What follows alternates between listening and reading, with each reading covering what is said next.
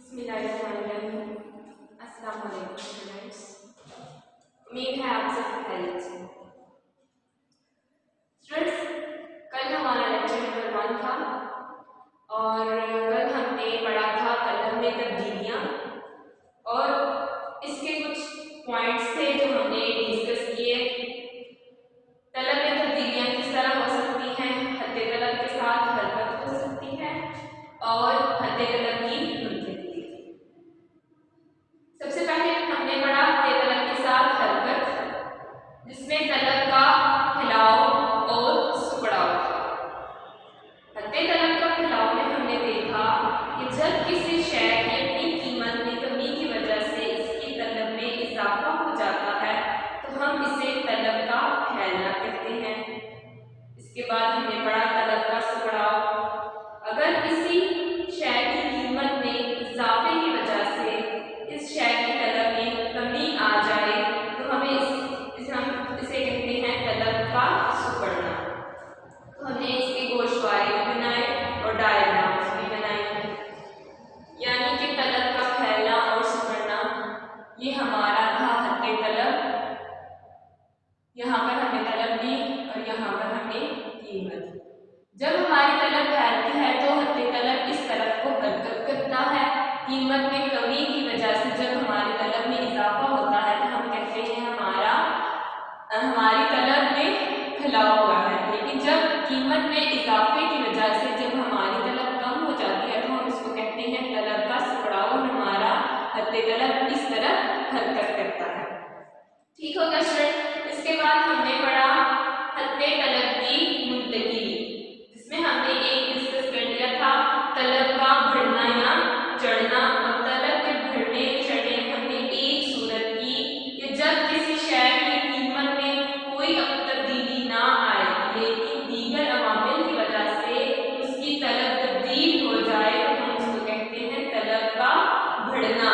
पहली सूरत हमने पढ़ी जब किसी शय की कोई तब्दीली ना आए लेकिन तलब पहले से ज्यादा हो जाए तो हम उसको कहते हैं तलब का बढ़ना। और ये भी हमने डायग्राम में भी सीखा था कि पहला ये हत्ते तलब था डी और जिसकी कीमत ये थी, लेकिन दीगर अवामिल की वजह से वो हत्ते तलब ऊपर की तरफ मुंतकिल हो गया। कीमत वही रही लेकिन हमारी डिमांड 10 से 20 हो गई, लेकिन इसी कीमत पर हमारा हत्ते तलब आगे की तरफ मुंतकिल हो गया। तो जो आज हमने पढ़ना है हत्ते तलब के बढ़ने की दूसरी सूरत। हत्ते तलब की दूसरी सूरत में क्या है?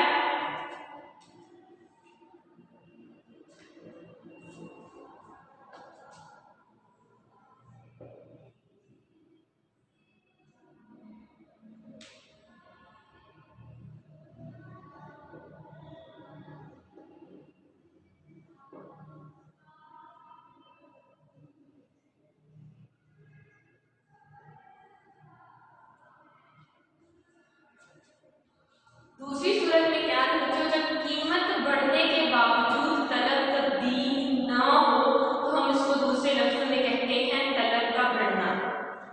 हमारे कानून तलब के मुताबिक जब किसी शय की कीमत में इजाफा किया जाता है तो इसकी तलब कम हो जाती है। यही हमने पढ़ा था ना कि कानून तलब की जब किसी शय की कीमत में इजाफा किया जाए तो इसकी तलब कम हो जाती है। लेकिन अगर कीमत में इजाफे की सूरत में हमारी तलब कम ना हो तो हम इसको तलब का बढ़ना कहते हैं। स्टूडेंट्स, ये दूसरी सूरत है। पहली सूरत क्या थी कि जब किसी शय की कीमत में कोई तब्दीली ना आए और उसकी तलब पहले से ज्यादा हो जाए। दूसरी सूरत क्या है कि जब उसकी कीमत बढ़ जाए लेकिन उसकी तलब में कोई कमी ना हो तो हम इसको कहते हैं तलब का बढ़ना। इसको हम गोशवारे और डायग्राम की मदद से वजाहत करते हैं।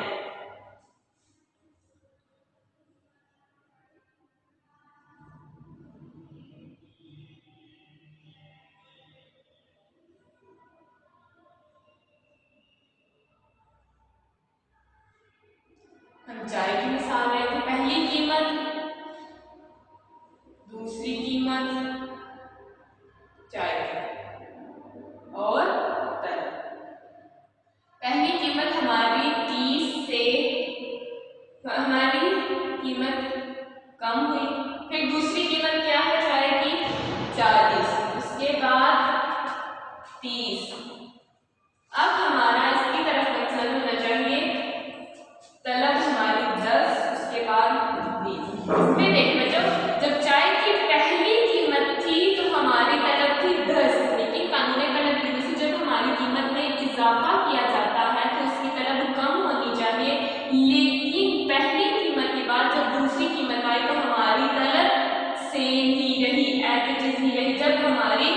कीमत में इजाफा करने के बावजूद हमारी तलब कम ना हो तो दूसरे लफ्ज में हम कहते हैं हमारी तलब बढ़ गई। पहली कीमत क्या थी चाय की? 30 ये थी, और दूसरी कीमत थी 40, यानी कि 30 से बढ़कर 40 हो गए, लेकिन हमारी तलब 10 की 10 रही, इसमें कमी नहीं हुई। तो हम इसको दूसरे लफ्ज में क्या कहते हैं? हमारी तलब बढ़ गई। दूसरी जब कीमत 20 थी इससे बढ़कर 30 हो गई तो फिर भी हमारी तलब में कोई फर्क नहीं आया। तो इसको यहाँ से देखना है और इस तलब को इन दोनों कीमतों का कंपैरिजन करके 20 से 30 हो गए लेकिन हमारी तलब 20 की रही, इसको कहते हैं तलब का बढ़ना। और इसको हम गोश्त डायग्राम की मदद से भी वजाहत करते हैं।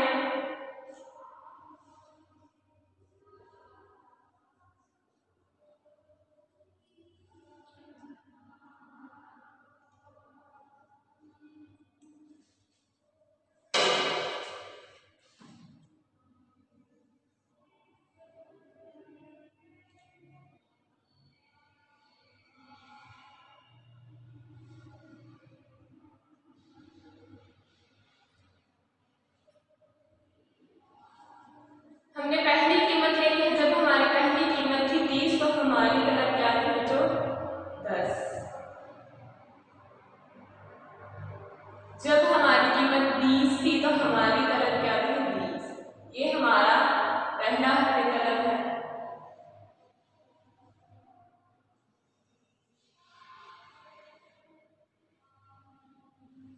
लेकिन जब हमारी कीमत बढ़कर 30 से 40 हो गई, 30 से 40, तो भी हमारी तलब कितनी ही रही? 10 ही रही। एक यहाँ पे पॉइंट बन जाएगा। उसके बाद हमारी 20 से 30 हो गए, 30 से 30 तो हमारी तलब फिर भी 20 ही रही।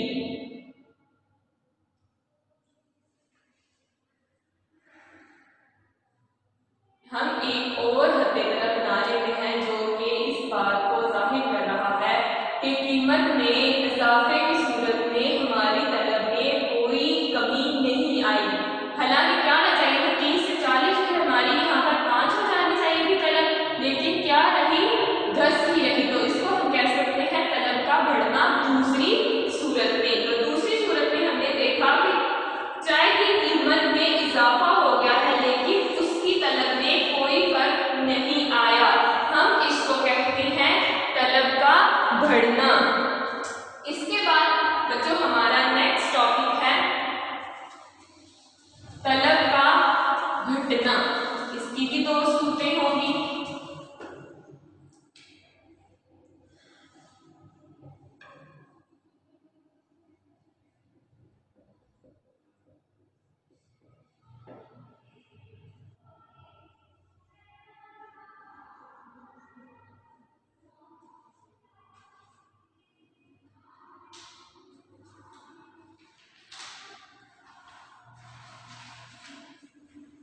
तलब के गिरने या घटने से मुराद कि जब किसी शय की कीमत में कोई तब्दीली ना आए मगर इसकी तलब गिर जाए तो इसको तलब का गिरना या घटना कहते हैं। क्या है स्टूडेंट्स?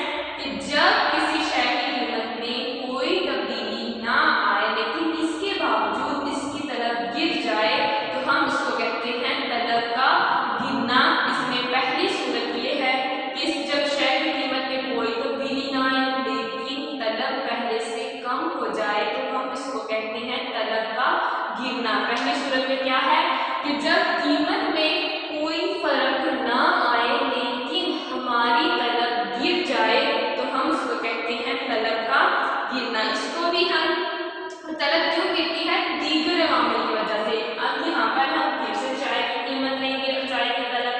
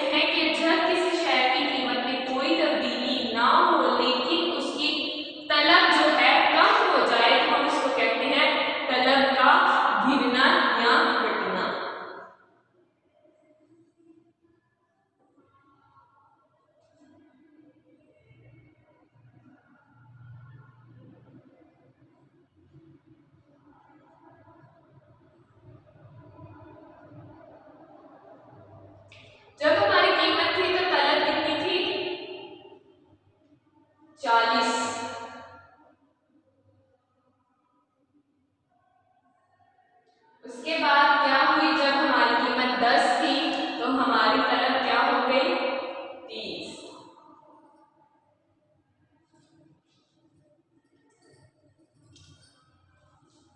उसके बाद हमारी कीमत 15 थी तो हमारी तलब कहां पर चली गई, 20 पर। हम यहाँ पर एक खत्ते तलब ड्रॉ करते हैं जो कि सर्दिन का था। अब देखिए जो तलब कीमत में कोई कमी नहीं या कोई इजाफा हुआ है ना ही कमी, लेकिन उसकी तलब क्या हो गई, पहले से कम। उसी कीमत पर 5 की कीमत पर हमारी तलब क्या हो गई, 30।